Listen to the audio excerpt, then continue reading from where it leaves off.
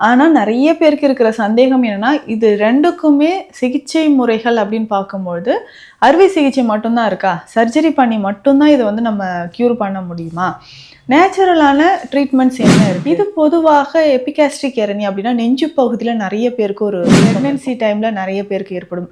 வயதானவர்களுக்கு ஏற்படவும் வாய்ப்பு இருக்கு. ஸோ ஃபர்ஸ்ட் பேபி முடிஞ்சு இப்போ செகண்ட் டைம் வந்து பிரெக்னன்சியா இருக்கும்போது, அந்த மாதிரி குடல் வந்து வெளியில வர்றத ஹெர்னியா அப்படின்னு சொல்லுவாங்க. தொடைக்கு 2 பக்கமும் மேல இது பொதுவா ஆண்கள் நெறைய பேருக்கு இந்த இங்குவல் ஹெர்னியா அப்படின்றது ஏற்படுது.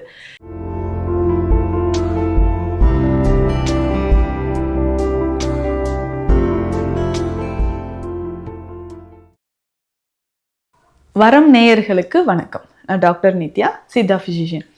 ஹெரனியா அப்படின்னு சொல்கிற கம்ப்ளைண்ட்ஸ் நிறைய பேருக்கு இருக்கும். இந்த ஹெரனியா மற்றும் ஹைட்ரோசில் இது ரெண்டுமே வேறு வேறு மாதிரியான பிரச்சனைகள் தான்.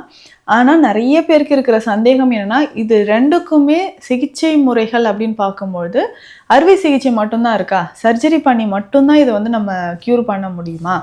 நேச்சுரலான ட்ரீட்மெண்ட்ஸ் என்ன இருக்குது? ஸோ ஃபஸ்ட்டு ஹெரனியா அப்படின்னு குடல் இறக்கம் அப்படின்னு சொல்கிறோம். ஸோ அந்த பேருக்கே ஏற்ற மாதிரி குடல் இறக்கம். குடல் அதோட நம்ம உடலில் இருக்கக்கூடிய இன்டெஸ்டைன் அதோட இடத்துல இருந்து கொஞ்சம் இறங்கியோ இல்லை வெளியில் வந்தோ நமக்கு காணப்படுறது தான் ஹெரனியா அப்படின்னு சொல்கிறோம். இது பொதுவாக எபிகாஸ்ட்ரிக் ஹெரனியா அப்படின்னா நெஞ்சு பகுதியில் நிறைய பேருக்கு ஒரு வீக்கம் இருக்கும். கரெக்டாக நம்ம ஈசோஃபேகஸ் ஸ்டொமக் ரெண்டும் சேரக்கூடிய இடத்துல கொஞ்சம் பல்ஜாக நிறைய பேருக்கு வீக்கம் இருக்கிற மாதிரி தெரியும். தொட்டு பார்த்தா ஸ்கின்னுக்கு மேலே மேற்புற தோலுக்கு மேலே கொஞ்சம் வந்து முண்டா தெரிகிற மாதிரி இருக்கும். அதுக்கப்புறம் பார்த்தோம்னா அம்பிளிக்கல் ஹெரனியா அப்படின்ற ஒரு கண்டிஷன். அம்பிளிக்கல்னால் நம்மளுடைய தொப்புள் பகுதியில் உள்ள குடல் வந்து கொஞ்சம் வெளியில் வந்து காணப்படுறது. இது ப்ரெக்னென்சி டைமில் நிறைய பேருக்கு ஏற்படும். வயதானவர்களுக்கு ஏற்படவும் வாய்ப்பு இருக்குது. ஸோ ஃபஸ்ட் பேபி முடிஞ்சு இப்போ செகண்ட் டைம் வந்து ப்ரெக்னென்சியாக இருக்கும்போது அந்த மாதிரி குடல் வந்து வெளியில் வர்றதை நம்ம பார்க்குறோம் குடல் பகுதியில். அதுக்கப்புறம் பார்த்தோம்னா இங்குவல் ஹெரனியா அப்படின்னு சொல்லுவாங்க. தொடைக்கு 2 பக்கமும் மேலே இது பொதுவாக ஆண்கள் நிறைய பேருக்கு இந்த இங்குவல் ஹெரனியா அப்படின்றது ஏற்படுது. இங்குவல் ஹெரனியா இருக்கும் பொழுது நம்ம தொடைக்கு மேலே 2 தொடை இடுக்குக்கும் மேலே கொஞ்சம் பிளாடருக்கு 2 சைட்லேயும் முண்டாக தெரியறத நம்ம பார்க்குறோம். ஸோ அந்த இடத்துல ஹெரனியா கண்டிஷன் நிறைய பேருக்கு இருக்கும். அடுத்ததாக ஃபிமோரல் ஹெரனியா அப்படின்னு சொல்கிறோம். ஸோ ஃபிமோரல் ஹெரனியா இந்த ஃபிமோரல் போனுக்கு மேலே இருக்கக்கூடிய லிகமெண்ட்ஸ் வந்து கொஞ்சம் விலகிறதுனால அந்த இடத்துலையும் நமக்கு குடல் இறக்கம் குடல் வந்து வெளியில் வர்றதை நம்ம பார்க்குறோம்.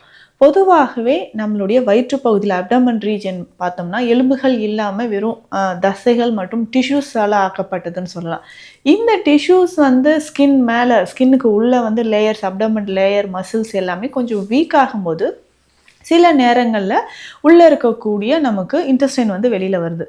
பொதுவாகவே இது வந்து நமக்கு இந்த ப்ரெக்னென்சி டைமில் தான். ஸோ நல்லா வயிறு எக்ஸ்பேண்ட் ஆகுது இல்லையா? ஸோ விரிவடையும் பொழுது மசில்ஸ் எல்லாமே வீக் ஆகிறதுனால வரக்கூடிய ஒரு பிரச்சனைன்னு சொல்லலாம்.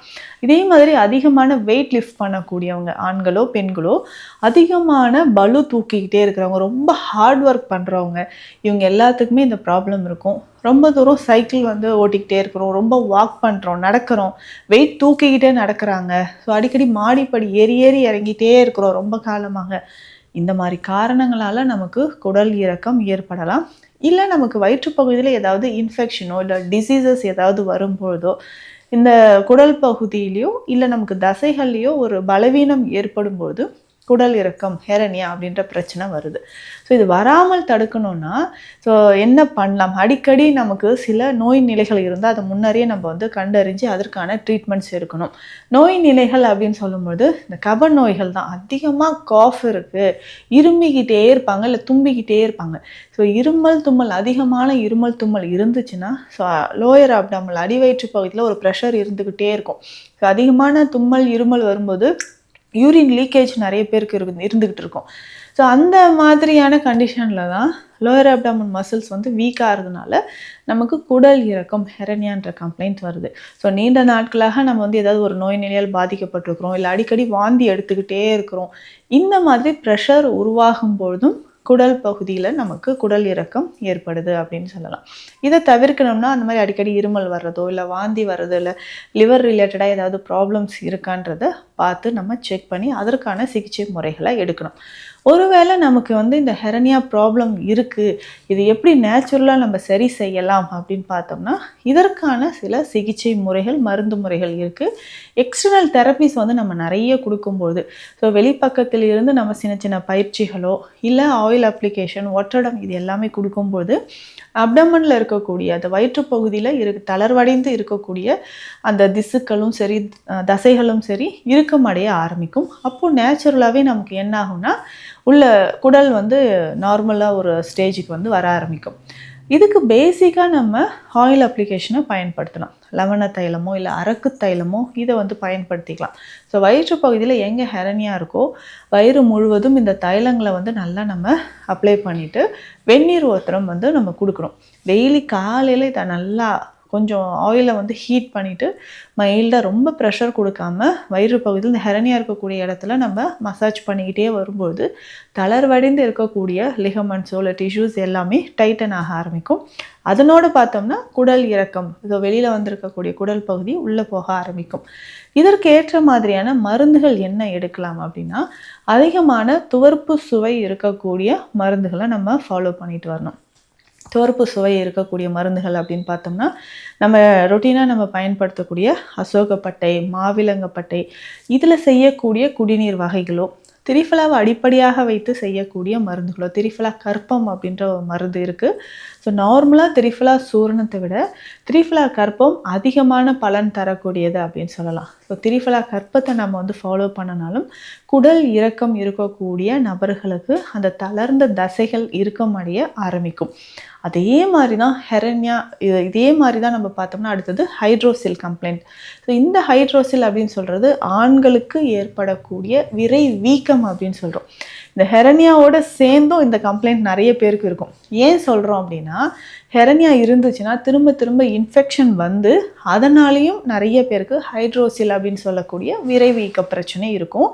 அதாவது ஸ்க்ரோட்டம், ஆண்களோட விதைப்பைக்கும் மேலே இருக்கக்கூடிய அந்த ஸ்கின் லேயருக்கும் இடைப்பட்ட அந்த டிஷ்யூஸில் ஃப்ளூயிட் வந்து கலெக்ட் ஆகிறது. இன்ஃபெக்ஷன் ஆகிறதுனால ஃப்ளூயிட் கலெக்ஷன் இருக்கிறது.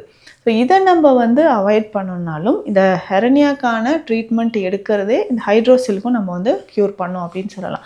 அப்போது பேசிக்காக என்னென்ன ட்ரீட்மெண்ட் எடுக்கலாம் அப்படின்னா, இதற்கு கொடுக்கக்கூடிய சிகிச்சை மாதிரியே தான் எக்ஸ்டர்னலாக ஆயில் அப்ளிகேஷன் கொடுத்துட்டு மைல்டாக நம்ம வெந்நீர் ஓட்டரம் கொடுத்துட்டு வரணும்.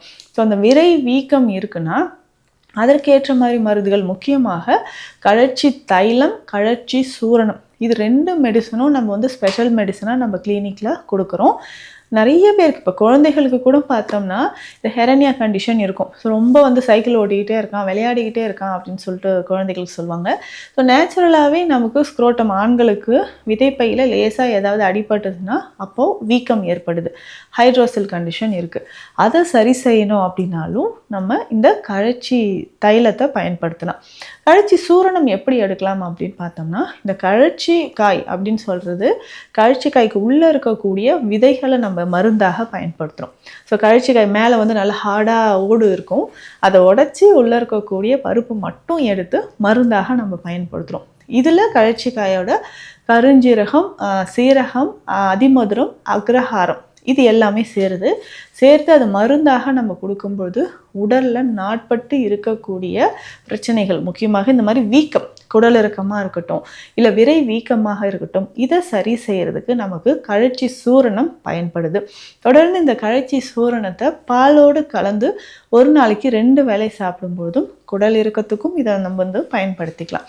ஸோ இந்த மாதிரி வயிற்றுப்பகுதியில் நமக்கு நாளடைவில் ஏற்படக்கூடிய பிரச்சனைகள், இதை வந்து சரி செய்ய முடியுமா, இல்லை இதுக்கு ஒரே தீர்வு சர்ஜரி தானா? இப்போ ஹைட்ரோசில் கம்ப்ளைண்ட் இருக்கிறவங்க சர்ஜரி பண்ணுவீங்க, ஸோ உள்ளே இருக்கக்கூடிய ஃப்ளூயிடை வந்து வெளியில் எடுக்கலாம், திரும்பவும் அது வந்து கலெக்ட் ஆக ஆரம்பிக்கும். அப்போ உள்ளே இருக்கக்கூடிய பிரச்சனையை சரி செய்தால் மட்டுமே அந்த வீக்கம் வந்து நிரந்தரமாக குணமாகும் சொல்லலாம். நம்ம கிளினிக்கில் அந்த நிறைய இளம் வயதில் இருக்கக்கூடிய ஆண்கள் இந்த பிரச்சனையினால் பாதிக்கப்பட்டு, ஸோ எவ்வளோ ட்ரீட்மெண்ட்ஸ் எடுத்துகிறேன் எனக்கு சரியாகலை, சர்ஜரி பண்ணாலும் திரும்பவும் வருதுன்னு சொல்லிட்டு நம்ம ட்ரீட்மெண்ட் எடுத்து இன்றைக்கி முற்றிலுமாக குணம் பெற்றவங்க நிறைய பேர் இருக்காங்க. உங்களுக்கு இந்த ஹெரனியா அப்படின்னு சொல்லக்கூடிய குடல் இறக்கமோ இல்லை ஹைட்ரோசில் அப்படின்னு சொல்லக்கூடிய விரை வீக்கம் ஆண்களுக்கு ஏற்படக்கூடியது, இது தொடர்பான ஏதாவது சந்தேகங்கள் இருந்தால் நம்ம clinic Deekshalayam Siddha health care, Adambakkam, Chennai.